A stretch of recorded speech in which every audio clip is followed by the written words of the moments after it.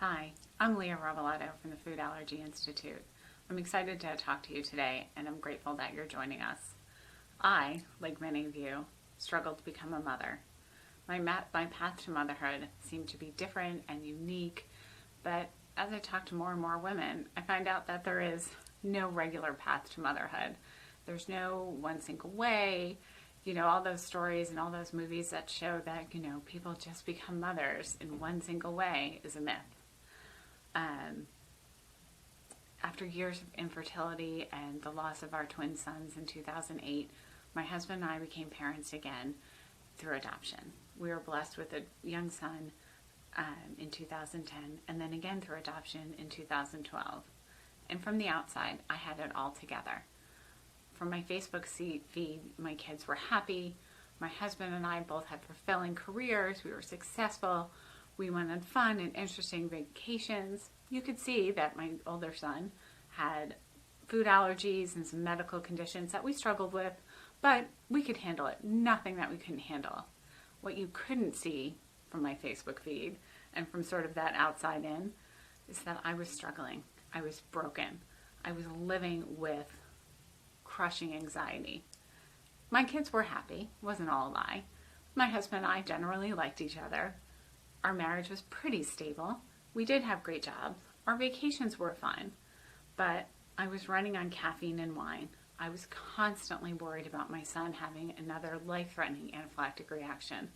I was constantly worried that I wasn't performing well at work, because when I was at work, I was worried about my children. When I was with my children and my husband and my friends, I was worried that I wasn't the most up to date on my work, or I was forgetting something, or I just wasn't doing the best. And it all came to head. I got the dreaded call. My son was in an ambulance as a result of an anaphylactic reaction. Like any other parent, I threw my stuff in a bag and ran out of a conference room. A colleague's words trailed me. "Oh, another mom vacation." Ugh. It was not a vacation. It was far from it. I rushed to the hospital where I met my son and his teacher, where he was in the ICU being revived and stabilized from a life-threatening anaphylactic reaction. I had to make a change. So I left corporate America. I was going to be a stay-at-home mom. My husband was supportive of this. It didn't work for me. I was still miserable. I was still stressed out. I didn't know how to help my family. I didn't know how to quiet the anxiety around me. I looked for doctors, for psychologists, for life coaches, for a guru, really anyone to help me. My life was so unsettled and so unstable. My children, my husband, I just felt like our mental and physical health were at risk.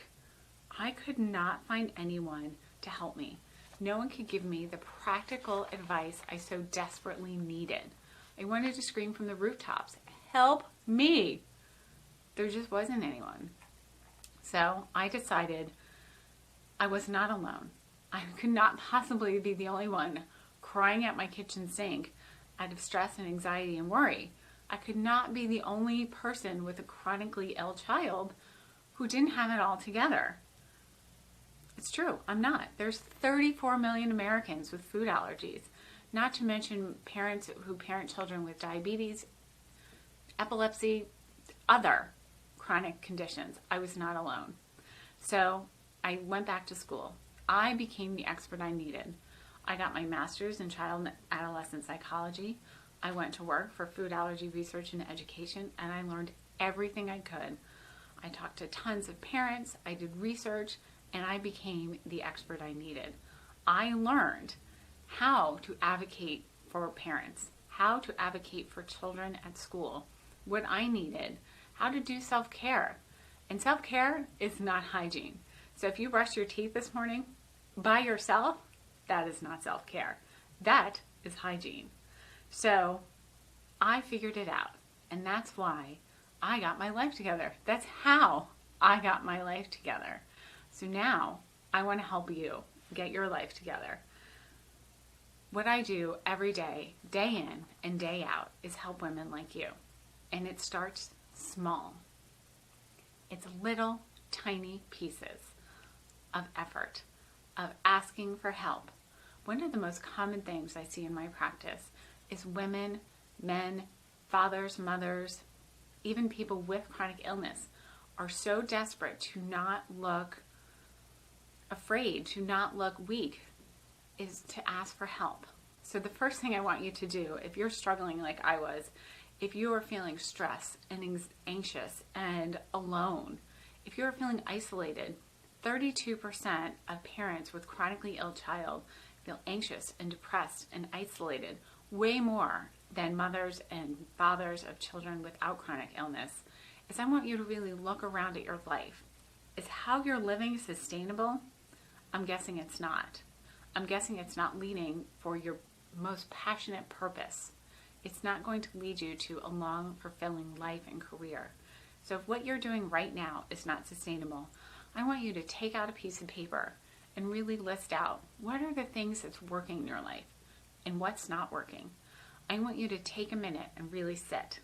I'll wait for a minute. Have that paper, or grab your phone, grab your computer, or whatever's close by. I want you to list out 5 things that are working for you. What is great? Who's your best friend? Who is that person you can call at 3 a.m. just to talk?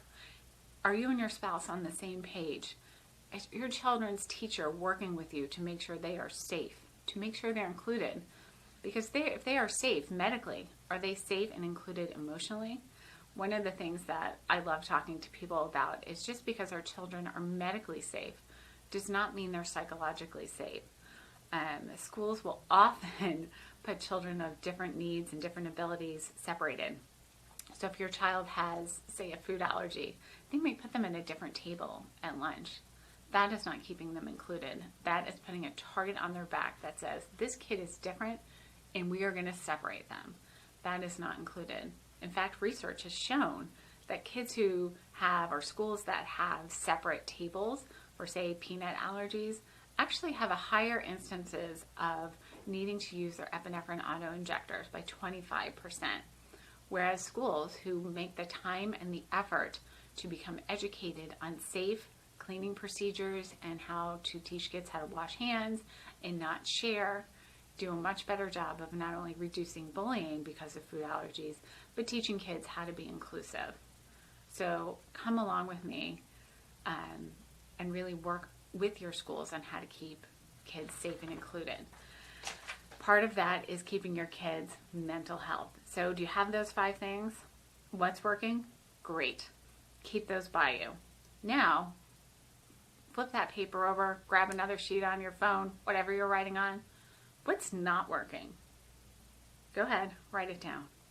Is your morning crazy? Is your employer not getting that you are going to show up and work the best you can? You're going to give it your all, but maybe you can only be there for 6 hours because you have to take your kid to therapy those other 2.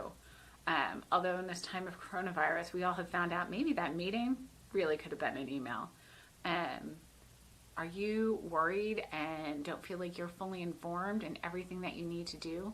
Do you feel like you're running in 100 places when we can all be out and running? Think about what you can say no to.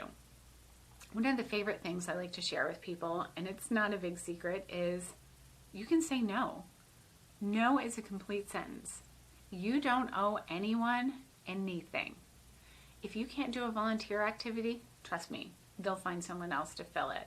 I used to be the volunteer for everything and anything until I realized my own mental stability, my children's mental stability, my marriage, my life was going to crash. I could not do it all. You can't do it all. No one can do it all.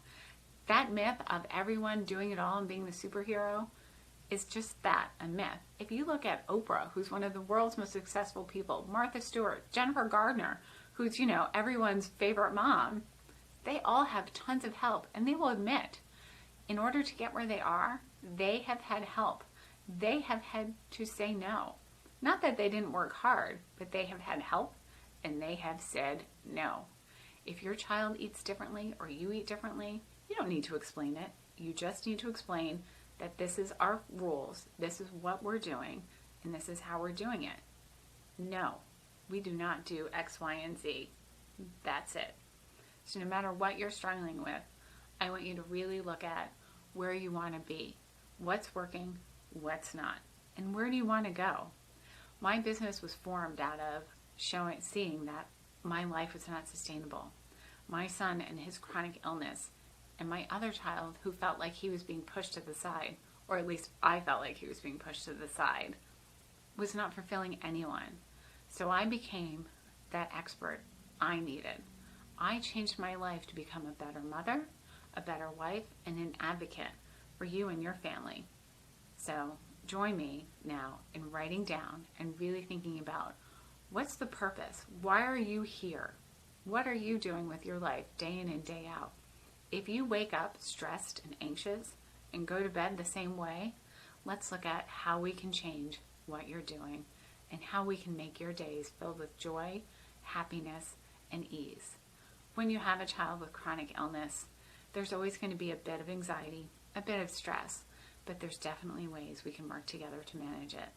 Have a great day, everyone, and thanks for joining me.